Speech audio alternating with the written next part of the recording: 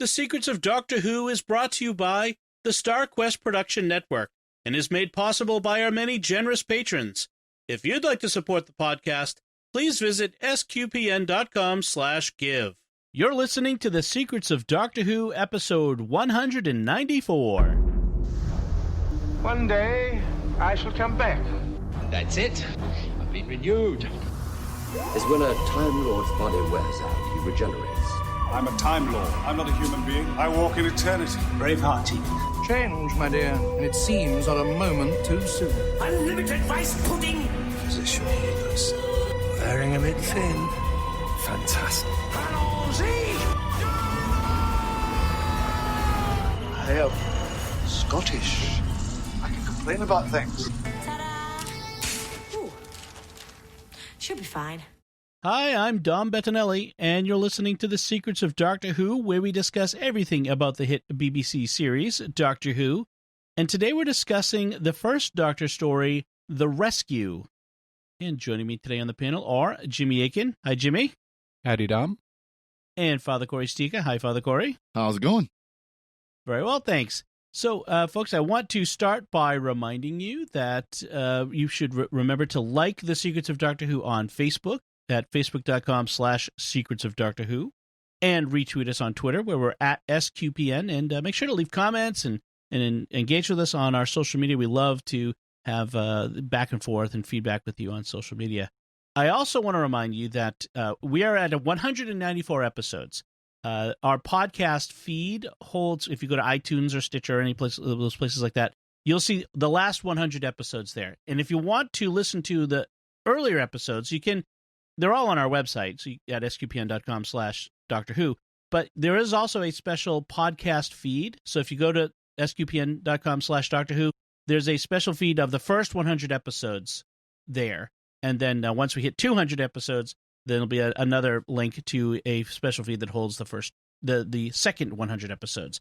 That's just a matter of keeping things neat and tidy and keeping our server running very efficiently these days. So if you were interested in going back to see those, that's where you'll find them. All right. So we're talking today about this first Doctor story, The Rescue, and it's not the beginning of a new season. Technically, this is the third serial of the second season of Doctor Who. But from a behind-the-scenes production standpoint, they had taken a break before this one, right? This was after the first year of production. They took a bit of a break, and then they came back to this story, is my understanding. Well, it definitely kind of feels like a kind of a fill-in, because it's only a two-parter. Yeah. Yes. And it's very limited sets. I mean, there's one primary set, one kind of, cave-type set, and then the TARDIS. Pretty much. Yeah, and what it's significant for is this is our first new companion. This is our first companion changeover. Mm-hmm. Yes. Because Susan had left in the previous serial, so we came back to begin the second season with a big Dalek multi-parter that was a send-off for Susan, because the actress, didn't think her character was getting enough development, and so she wanted to leave, Carol Ann Ford. And so now we get Maureen O'Brien, a new actress, coming in as a new companion in the young person slot. Right. And this is very significant. I've read some analysis of this that, in a way, this is kind of like when Patrick Troughton took over for William Hartnell, which was our first Doctor changeover. This is our first companion changeover. And Maureen O'Brien is a different character than Susan. Oh, yeah. She is not, number one, she doesn't have the grandfather relationship to William Hartnell. But number two, she's much spunkier. Mm-hmm. She is not as vulnerable emotionally, certainly not in this two-parter, as Carol Ann Ford's Susan was. And so she has more agency. She's the one who's taking care of everything. She's taking care of herself and a disabled man in a hostile environment when we first meet her. So she's already kind of on top of her game. And she's the first companion who is traveling, and this is key. She's, in a way, like Patrick Troughton set the model for future Doctors. Maureen O'Brien as Vicki sets the mold for future companions because she wants to travel. Right. And that doesn't so much come out in this episode, but it will in later ones where she's here for the fun of it. Mm-hmm. She's not here because she loves her grandfather and wants to go with him and take care of him. She's not here because she's been kidnapped by the doctor. She's here voluntarily and is looking forward to adventure. And that really sets the mold for future companions. Yeah, she's the first companion invited by the doctor to go along, that he picks up along the way. She's also the first companion. Well, you could say that Susan was not from our time, but, who's from a human from a different time period, which is another significant thing that they start doing. She's from the 25th century, which is nice. And I like there's a little, it goes by really quick, but there's a little verbal reference to the cultural differences between her time and ours, just on the level of naming. Because when she meets Barbara and says, "My name is Vicki," Barbara says, "Oh, short for Victoria?" And she just says, "No, Vicki." It's like Vicki has drifted enough from its historical origin that it's now just a short name. Like, my name is just Jimmy, not James. Right. Well, I think it's kind of interesting, too, that there wasn't just an Ian and Barbara story in between. Yeah. That they went right from Susan to Vicki. And that's something that I think is kind of interesting in our time now, because we've had like the specials, the David Tennant specials, where he doesn't have a permanent companion at that moment. We have the one-off with Donna, which she regularly becomes a permanent companion. He has the burglar one and all these other, little one-off stories without his regular companion. But we don't see that here. They also, of course, do pay tribute to Susan in this episode. And I'd have to check the air dates, but, typically these things were aired 1 week after the previous one. And so if you missed an episode, it's like, wait, what happened to Susan? Why isn't she in this? So they do explain that the doctor has left Susan with a guy named David, who's apparently going to be her new husband. Mm-hmm. And there's this moment early on when they're in the TARDIS, and I know we'll get to this scene in a moment, but early on in the TARDIS, there's a scene where the doctor is getting ready to open the doors and we're all going to go outside, and he calls for Susan. Mm-hmm. Yeah. And then realizes she's not there, and he looks hurt for a moment, and Barbara kind of like comforts him a little bit. And to me, this really rang true, because if you've ever lost somebody that you've been living with, you will call out for them and expect them to be there, and they're not. I remember after my wife died, during our marriage, she had health problems. And without really realizing it, I had gotten into the habit of looking, like if I'm in a store, or especially a drugstore, but if I'm in a store, looking at things through the lens of, could this make Renee's life easier? And like 6 months after she died, I was visiting family in Texas. We went into town and we went into a supermarket, into a drugstore, and I started picking up objects, looking at them, this could make Renee's life easier, and then I would realize she's no longer with us. And so that moment when and I would have this moment of anguish, and that moment when the doctor calls out for Susan and then realizes she's not there, it's like, I grok that. I have been there. Right. I have to say, William Hartnell apparently, getting this rest that they got, he had a lot more energy in this. He seemed a little more on the ball than usual. Than the last several serials that they've done. I think that rest really did him good. Even as the episode starts with him sleeping through the landing. Yes, right. Yeah. Oh, and Ian talking to Barbara in an aside is like, I think the doctor's getting a little bit, and he starts shaking his hand like it's quavering on a cane head or something. Yeah. I can hear you. By the way, on the timing, so the previous episode, the last episode of Dalek Invasion of Earth was the 26th of December, 1964. Mm-hmm. So the day after Christmas, Boxing Day. And then this one is the day after New Year's Day, the first episode of this. So you can imagine that there might have been people who just missed it because it's Christmas and the holidays and that sort of stuff. So that would be another good reason to. And it's good that they noted the lingering consequences of losing Susan on the show. She got more of a post episode send off than Tasha Yar did on Next Gen. That's right. And it's like, watch the next episode. No explanation of what happened last week. Right. That's right. So let's start with this episode. It starts with a starship, a spaceship that's crashed. We see a crash, although the radar dish on top is still working. And Vicki, this girl, the actress is about 22 at the moment. I'm not sure how old Vicki is supposed to be, but late teens, early 20s. Right, middle teens, 15, 16, somewhere in there. Yeah, they play her younger. So she runs into the ship, and she's excited to tell this other guy who's there, Bennett, that the rescue ship has arrived, and he doesn't believe her. And we also find out the planet is called Dido. And he gives her all kinds of reasons why it can't be the rescue ship. It's not time for it. We'd have to have it land. Give it landing instructions. It turns out it's the TARDIS that is what's being detected, not the rescue ship. And then he warns Vicki about this person he calls Coquillion, who doesn't know about the rescue ship and would kill them if he found out it was coming. So make sure you don't say anything to Coquillion about the rescue ship. Mm-hmm. But so she radios the rescue ship, and it's confirmed that they're still 69 hours away. So that can't possibly be them who has come. Yeah.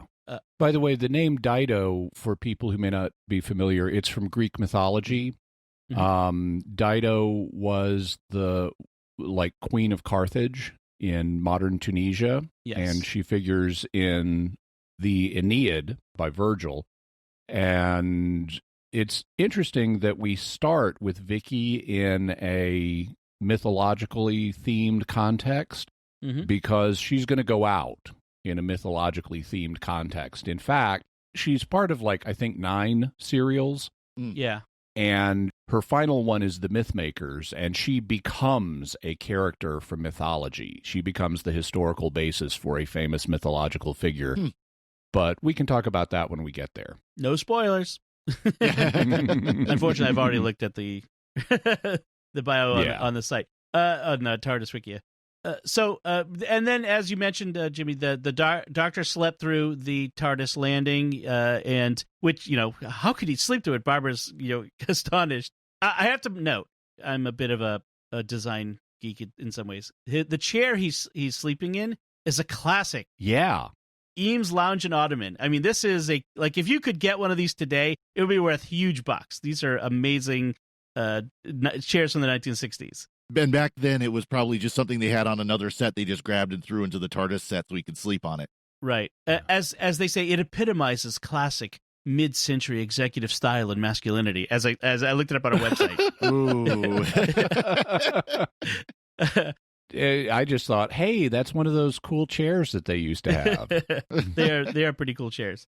I love how Barbara deduces that the doctor has slept through the landing because she says there's this trembling. Now, we're used to associating the landing of the TARDIS with the wheezing sound effect. Right. But she's like, there's this trembling when we're in flight, and it's stopped. And that's how she knows we've landed, even though some of the equipment is still going. And so she and Ian wake the doctor up, and she says, "Doctor, the trembling has stopped." And he says, "Oh, my dear, I'm so glad you're feeling better."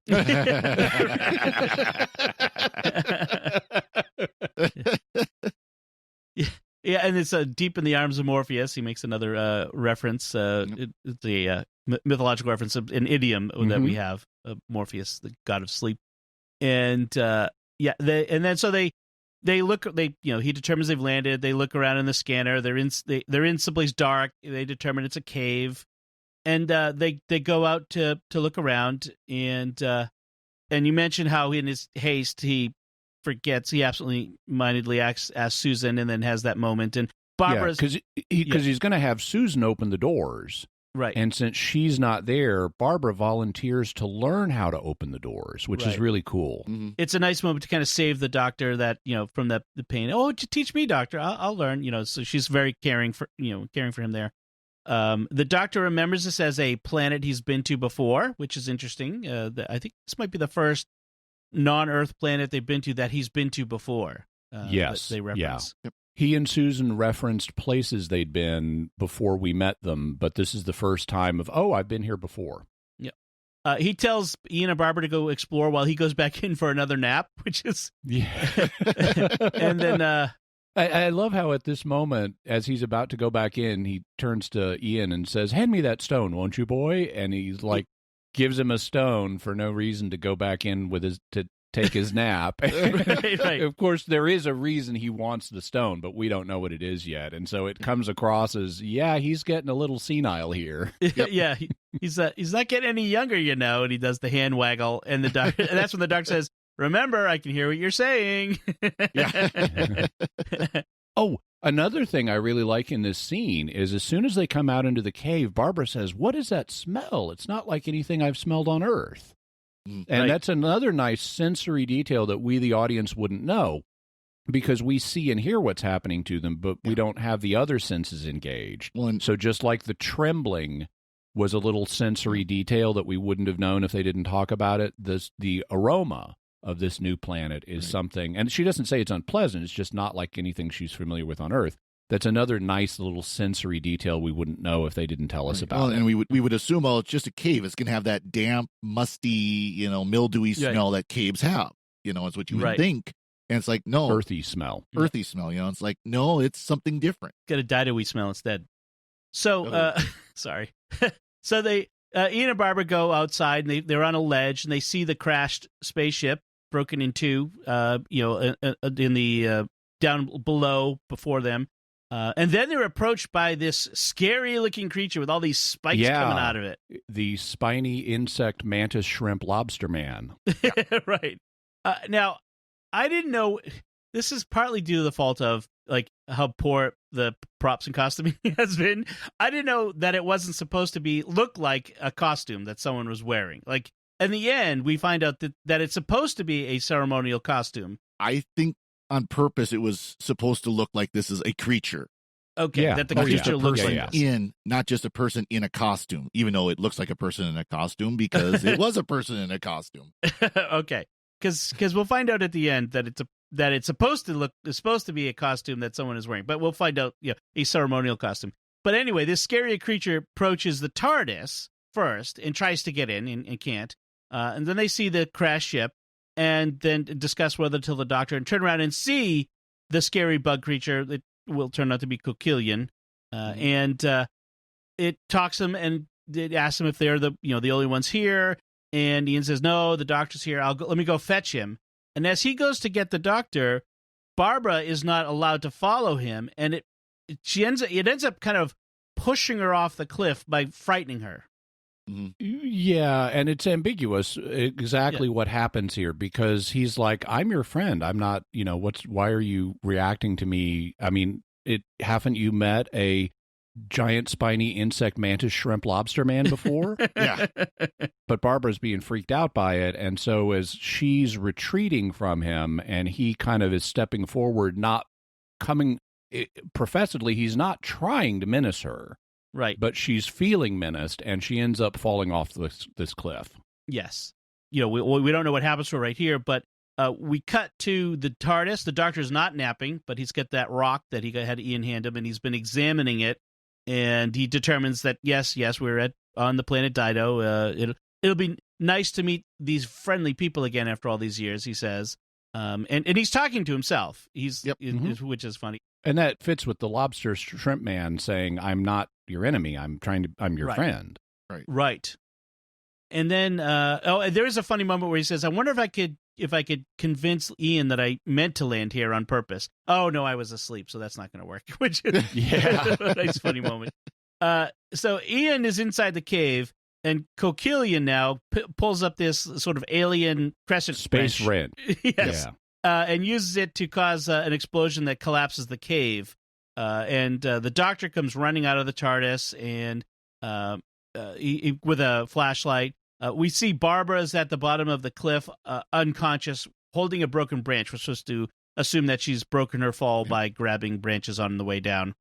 By the way, later makes explicit. Yeah. By the way, I love the high tech flashlight. The big one with the large battery pack at the bottom of it. It's basically like a spotlight with a large battery pack. Yeah, high tech flashlight of the time. Oh, there's another piece of retro nostalgia technology that's coming up later. There's a real nostalgia movement apparently in the 25th century. Yes, for old fashioned looking tech. Well, with the doctor though, I could see him actually have picked that up, back in the 50s or something like that, because he just happened to have it laying around the TARDIS. Oh, this works. Yep. Well, he's got his Eames chair. I mean, he obviously likes the design and language of the 1960s. So first, Ian said, "Oh, where's Barbara? I heard her scream," and then there was the explosion, and they're trapped inside basically in the cave. They can't get out of the cave, and so they have to find another way out. And Ian is telling him, like, we met this horrible monster, and it's like with all the spines and looks like a big mantis shrimp, and he's like, yeah, okay, well that's one of the friendly inhabitants. Right. Yeah. The doctor talks about how the natives are friendly. They must have changed. Wonder what caused them to change. Actually, it's Ian who thinks, well, people change, and the doctor's like, no. There's no way these people change.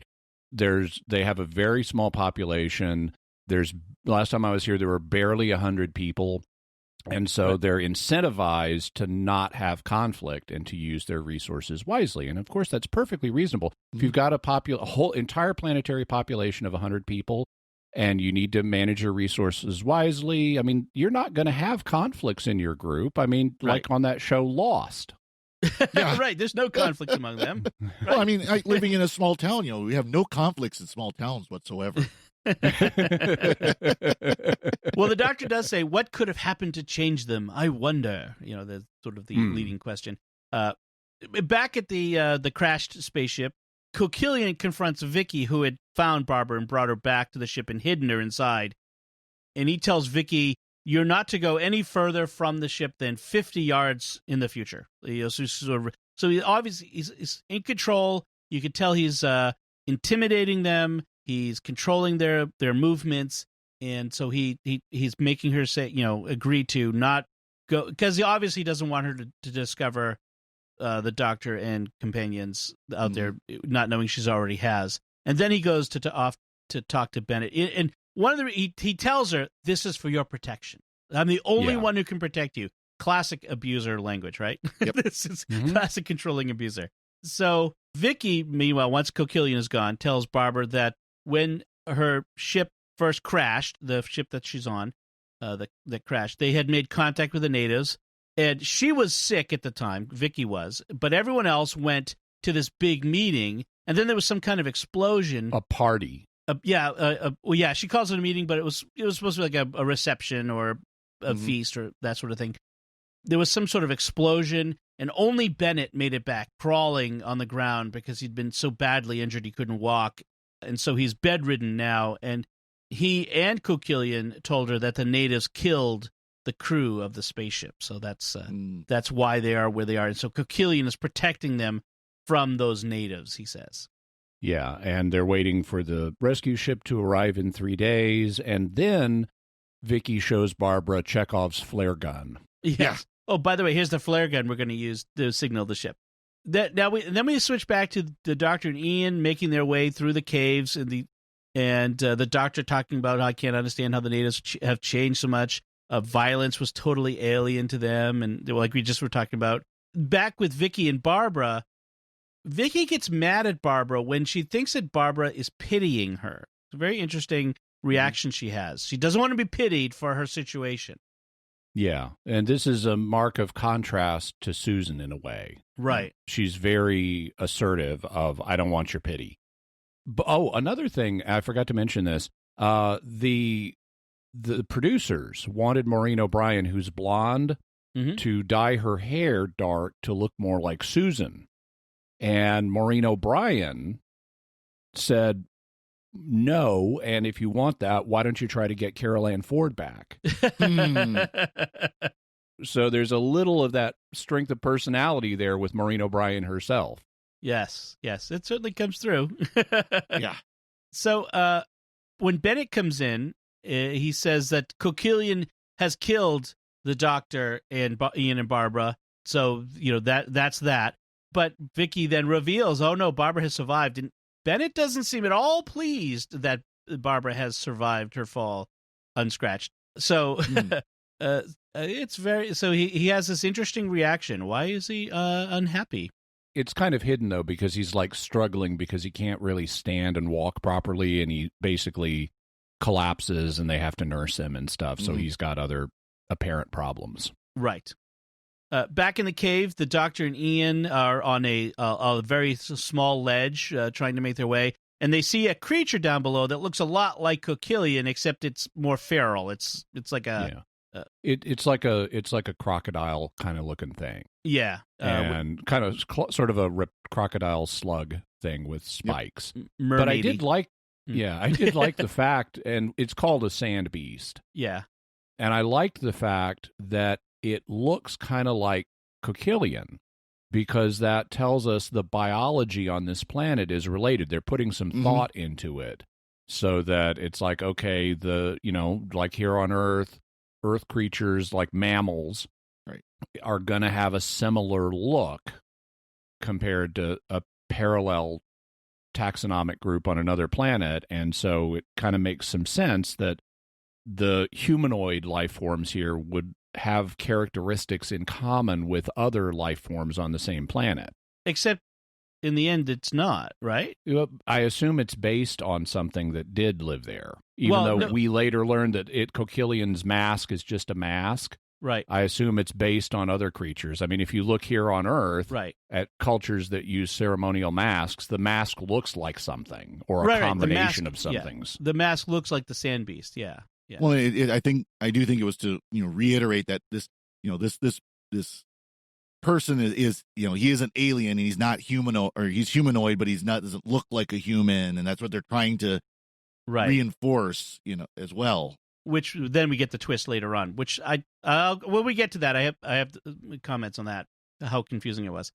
But so they do see this creature down below, and so they want to make sure they don't fall down there with it. And then they find these handles set into the wall. Like, wow, these are nice convenient handles for helping us get along here. But then when Ian pulls on one, he springs a trap, which is the classic thing that's coming out of the wall, pushing you toward the edge where you're going to fall very slowly. Yeah, and it's a sword trap. So the first thing that happens is two rows of swords spring out on either side of Ian, and then a bunch of swords in the middle start pushing him towards the ledge to topple him over to where the sand beast is. Yeah. And Ian should have made the point, so, Doctor, this trap has been here for a while. I think your friendly natives were a little less friendly than you remember them if they're building booby traps like this into their walls. Right. It randomly placed inside this cave where, for some reason... he is able to escape it pretty easily, though. So maybe the native Didoans are slower. I like the way he escapes too. The doctor tells him, "Take off your coat and put it over the swords," which they say are razor sharp. But you put it over the swords on one side, and then you can kind of step around them. Yes, and that's I could design a better trap, but a more lethal one. But given the trap we have, that's actually a nice solution. Yeah. Yes. So back on the ship, Bennett has collapsed and is just reviving, and Vicki goes to get water outside, and there's the sand beast creature is seen to be sneaking up on her, and Barbara, grabs the Chekhov's flare gun and comes out and shoots it, and Vicki gets angry at Barbara because it turns out angry. Yeah, that the creature wasn't threatening her; it was a pet. Essentially, that she had called Sandy. She basically trained. Yeah, she trained it to come here to get food. And on the TARDIS wiki, it said, if this was in the episode, I missed it. It went by too fast. But apparently, Vicki allegedly said that those are herbivores. Right. So it's like it's a veggie dino. Yeah. She essentially says that it's that she trained it to come for food and eat food. Yeah, from that's her. the line I caught. Yeah. So, yeah, and what the interesting thing is, it sets up this conflict between Vicki and Barbara, which is going to create more, amp up the danger factor when to the conflict with Coquillion. So it's going to create the separation among our heroes, which complicates how they deal with Coquillion in the end. So at this point, the Doctor and Ian show up at the spaceship, the crashed spaceship. Coquillion, meanwhile, comes out of in that same tunnel and sees the Doctor and Ian's footsteps. So he knows now that they've survived as well. They're trying to convince Vicki to help them overpower Coquillion, but she gets mad and tells them that she's been there a long time and the others just got here and you're ruining everything. Like she just like you're all just showing up and suddenly you want to take over and tell me what to do. And the Doctor here becomes very gentle, very grandfatherly, very kindly. That's the adjective. Yeah. Yes, grandfatherly. And he sends the others outside and he talks to her and we're only trying to help you. And she's holding this grudge against Barbara, but the Doctor tells her, you'll give her another chance. She's really very nice. And she tells the Doctor that you wouldn't have shot Sandy because you don't have the sort of face that kills things. I love that line. You're not a Gorgon. Yeah.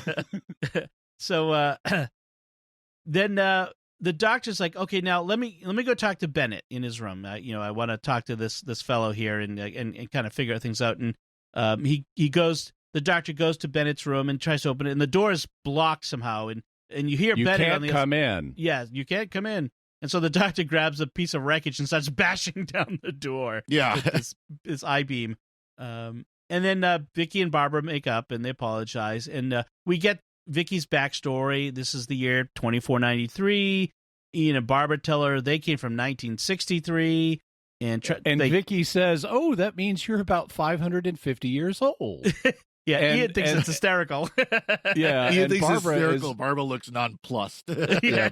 Barbara is like, well, that's one way of looking at it, and I shall try not to look at it that way very often. Yeah. Also, given the numbers, I mean, that would imply that Barbara's like meant to be 20 years old. Yeah. And it's like, no. Barbara's not 20 years old. No, Barbara's a little older than that. I think they're just being nice. So when the Doctor does finally break into Bennett's room, he finds Bennett isn't there, but this recording is there to make it seem like he is. On the super vintage reel-to-reel tape recorder. So it's like we've got real tech nostalgia in the 25th century. Oh, yes. And also Bennett apparently has microphones throughout the ship to listen in, the intercom to listen into what everyone else is doing, because the Doctor hears the others talking in the other room. And he's got a trap door. He finds a trap door. Spaceships with trap doors. That's kind of dangerous, but okay. Don't lean on that when you're in flight. You got to get to the access corridor somehow, I guess. Yeah. But so when Ian and Barbara go to find him, he's gone. No one's there. But that's because the Doctor went through the trap door and found that it leads to the tunnel, the door in the tunnel that they were in the cave that Coquillion had come out of earlier. So connection. And behind it is some kind of chamber that the Doctor goes into. It's like a door to a secret smoky temple chamber with the incense already going in great quantities. Yes.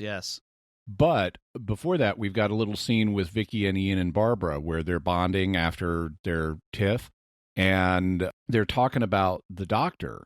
And this is actually while he's listening on the intercom, which is how we know that Bennett had microphones. Right. But the Doctor's overhearing their conversation, and Vicki is like, why does the Doctor wear such funny clothes and have that long white hair? And to me, growing up when I did and living now, I don't really, the first time I saw this, I hadn't really thought too much about, oh, wow, the Doctor's hair is really long for the early 1960s. Because today, hair length is purely a matter of taste. Right. And, in a way it wasn't back then when there was an expectation that you'd have more limited range of hairstyles than you do today. But yeah, okay, so the Doctor does look eccentric, not just in his clothes, but he's a long hair. Yeah. From a 60s perspective. And Barbara is like, yeah, well, you got to understand he's from a different time and a different planet. So, of course, he's a proto-hippie in Victorian clothes. Right. Is the implication. But the Doctor kind of smirks as they're talking about him like that. And Vicki doesn't believe them that he's a time traveler. That whole thing. Like they're having to try to convince her. Yep. So when the others can't find the doctor in Bennett's room, Ian tells Vicki and Barbara to go back to the TARDIS. Go to the TARDIS. Wait for us there. Although, because we know that's where the doctor will go eventually. Yeah. Of course, there's still the rock fall, so they're going to have to go through the cave and the dangerous tunnel with the trap. But now they know to avoid the trap. They got past that. Yes, that's true. I just thought it was we kind of glide over that in the dialogue. So in the chamber, the doctor's sitting with his back to the door as Coquillion comes in, and the doctor says, "Oh, I've been waiting to talk to you," and then reveals that he knows Coquillion is Bennett. That's right. Dum dum dum. And Bennett, like all villains, begins monologuing about what's really going on. Well, the doctor prompts him. I mean, the doctor asks a question, and this is really good. I like this. The doctor also notes it's ironic we're in the Didoan's Hall of Judgment. Yes. And so tell me now about your evil plan, because he says there's got to be a reason why you're doing all this. And that had been bugging me. Now, if I had been a kid watching this in the 60s, or even an adult watching this in the 60s, it wouldn't have bugged me, because I would have known there was something shady with Bennett, but I might not have put together the fact that he's Coquillion, given how different they look and how I'm expecting costumed monsters to look like a costume. Yes. But I've seen this one before. It had been a long time, and I knew that Bennett is Coquillion. And so I found myself all the way through going, why on earth would Bennett be doing this? I mean, why is it? There's a rescue ship on the way. Why is he terrifying this girl by pretending to be this monstrous creature? What is the motive for this? And so the doctor now, very quickly after the reveal, asks, what's the motive? And which is the right question. And he gives a great answer. I was really impressed by this. This was they could have just glossed it over in some half-baked way, and they didn't. Bennett has a really intelligible motive. His motive is this. When I was on the ship on the way to the planet Astra, I killed a crewman, and they arrested me. But knowledge of my crime had not yet been transmitted to Earth. So when we crashed here, I knew a rescue ship would be coming, and I saw a way to get around my crime so that I could go scot-free. My way to do it was to arrange an explosion at the reception that the Didoans threw for us. So all the Didoans died, all my fellow crewmen died, and there's no witnesses now to the fact I killed this guy. So now all I have to do is keep Vicki from getting wise and exploring and investigating and stuff. So that's why I assumed the Coquillion persona, and also to explain why everybody died so I could blame it on the aliens.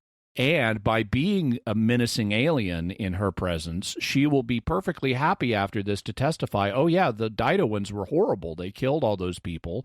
And that'll confirm my story. And so when the rescue ship gets here, I'll have Vicki as a witness on my side to the hostility of the aliens, and nobody will know what I've done because apparently they didn't tell Vicki on the ship, and I can get off scot-free. And it's like, okay, that's reasonable enough for government work. It makes enough sense. I'm happy. Right. That it closes the loop on that, which is good. And there's one thing that went by kind of quick too, is they hinted through the doctor looking around this chamber that there was more to Cotillion than being an alien creature, because he opens up his chest and there's all these different robes, vestments, and robes and things like that. So that's where he kind of gets this idea of, okay, there's something else going on here other than more than it appears, and that's where then it leads to that whole. Yeah, the doctor points out that the stuff you're wearing is like ceremonial garb. Like I know already, I've been here before. I know that what you're wearing is not what these aliens look like. It is the ceremonial garb that they wear. And you might wear that kind of stuff if you're greeting alien dignitaries, which is why he would have asked Ian, oh, did it look like a giant, mantis shrimp? Right. And it's like, yeah, okay, well, then that would have been the Didoans coming out in their ceremonial greeting dress. Yes. Also, because Bennett thinks he's killed all of the Didoans, that means he's not just a murderer, he's a genocide. Yes. Yep. Yeah, he killed an entire race to cover his crime. He tells the doctor that, I'm going to kill you and Ian and Barbara, the doctor's fiddling with that Didoan wrench club Space thingy. wrench. Yes. Yeah. And then attacks Bennett with it, and they struggle. It goes off, and something explodes by the door. It shoots at the door. Then the club breaks in the struggle, so the doctor grabs a sword conveniently located there. Yeah, swashbuckling. And he goes after Bennett with it, which is good, but Bennett blocks with a chair, and Bennett starts throttling the doctor. We've got a Gollum Frodo moment going here, basically. Yeah.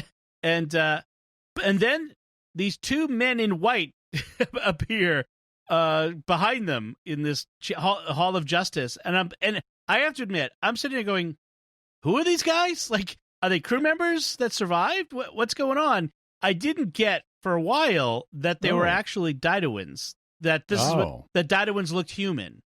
I hadn't figured out that the Coquillion isn't what the Didoans actually looked like. So I kind of I was a little lost at this point. So I have to admit. Yeah, and these guys come in and they're blonde and they're wearing their space clothes and they look very mystical, magical, and intimidating or something. And they basically, they don't even say anything. They have no lines, but they just start walking towards Bennett and he's like, no, and he's backing away from them and he falls over a cliff and screams and dies. Yes, he runs out the door and runs off the cliff, which is, seems appropriate. And then the doctor passes out here. He passes out from being throttled by Bennett, and but then wakes up in the TARDIS. Barbara's saying, "Oh, he's coming around," and they have this moment where they're kind of go over what happened and who he was, who Bennett was pretending to be. And this is when the doctor invites Vicki to come traveling with him. She has no one left. Her mother had died when she was young. Her father was traveling with her to this planet to get a new start in life, and he's now dead, so she has no one left. So the doctor says, well, then come with us. She's waiting outside, but he says, he goes out and invites her to come with him. And they don't have to do that because there's a rescue ship coming. Right. So she could choose to stay. Yes. That's an interesting difference, or an interesting wrinkle in this, is that they're inviting her even though they don't. It's not for her, to save her. It's just to give her someone to be with. And she does the whole, she comes in and it's bigger on the inside, which is still new. I like how you can see some of the plastic roundels on the door are held there with staples. Yeah. As she comes in. Right. So, and then as they go inside, yes, I'd like to travel with you. And then we have back on the spaceship where there isn't anybody there as far as we know. We get the transmission from the rescue ship. Rescue ship to Dido. We're ready to come in, and the men in white, the Didoans, come in and they smash the radio for some reason. Just apparently so that the rescue ship doesn't land. Well, it looks like they're just engaging in a little bit of fun teenage vandalism, but we cut back to the TARDIS, and the doctor is explaining to Ian that I don't think they'll allow the rescue ship to land. And so that gives us the context of what they're doing. They're breaking the transmitter so that somehow that will prevent the rescue ship from landing. Maybe they'll conclude everybody's dead or something if they don't make contact. Right. I thought there was a point too where it said something about how they had to guide them down or something like that. Right. So if they don't get a response, then they don't try to land. Yep. But after their most recent encounter with an arriving human ship, one could understand why they would not want to greet another one anytime soon. You've killed our people because there's only two of us left and we're both dudes, and so we're extinct. Yeah. Well, I'm headcanoning they've got, other Didoans survive too, so their race is not actually doomed. Okay, let's assume that. Yes. The doctor says, "Oh, now that that's over with, let's go somewhere where we can get a nice rest this time." And then they materialize on the edge of a cliff, and the TARDIS falls off, and that's where we will begin the next story, which will be the slave traders. The name of the arc is the Romans. Oh, right, the Romans. Right, the next episode is slave trading. Yeah, and it's got Nero in it, and so it's mid-1st century Rome. Nice. Including the Great Fire of Rome. Is this one that survives in video form? Okay. Yep. Good. Yeah, and there's like some comedy with the Doctor and Nero kind of outdoing each other, and Nero chasing Barbara, and all kinds of things. Okay. It's pure historical? Yes. Okay, cool. All right. So that's going to be the next First Doctor story that we do. And that's the end of this story. So any last notes, Father Cory? I kind of like this one. Nice, short and sweet. Vicki was definitely, even though she was supposed to be a teenager from the 25th century, she was definitely a teenager of the 1960s, including the very short dress. Right, the fashions. Hey, it's that 25th century, 20th century nostalgia. Well, I guess they're going back to the 23rd century with Star Trek. They're just kind of going back to that fashion again. So that's right. Jimmy, I liked the fact that we had Bennett malingering. That was neat to see how thoroughly he was doing that. It's interesting when we finally get back in the TARDIS at the end of the episode, and the Doctor wakes up. He's like, "How did we get here?" And Ian says, "I took the liberty of borrowing your TARDIS key." Mm-hmm. And they hadn't established yet that the TARDIS keys are biometric. Right. That they would in the third Doctor's time. So unless you're an approved person, unless you're an approved user, the key won't let you into the TARDIS. And so apparently the Doctors put Ian and Barbara on the approved list since they were able to get in. There's also a moment at the end where the Doctor is explaining to Vicki about what Bennett was doing, and she has this kind of two realizations that I think Maureen O'Brien acts really nicely. The first one, her acting is good. Mm-hmm. The first one, she says, "Well, then Bennett murdered my father." Mm-hmm. And she's been viewing him up to this time as this invalid that she was taking care of, and now to realize he blew up my father at that reception. Wow. And then the second realization, then I have nobody, because she's been taking care of Bennett. She was like the last thing, that was meaningful to her. It was comforting in the death of her father that at least she had this other person she could take care of. Now he's a total villain and dead. And so now I have nobody. And that helps propel her into becoming a companion. Also, at the very end, when the TARDIS is teetering on this ledge, that's transferring to the inside of the TARDIS, so everybody is being pitched wildly about. It's not just the effects of gravity are happening on the outside of the capsule; they're transmitting to the inside. That is a serious design flaw. Right. Because if you could just batter around the outside of a TARDIS and have all that kinetic energy and gravity transferring to the inside, you could easily kill everybody inside. Yes. So that's a serious design flaw. So I think that should do it for us then this time.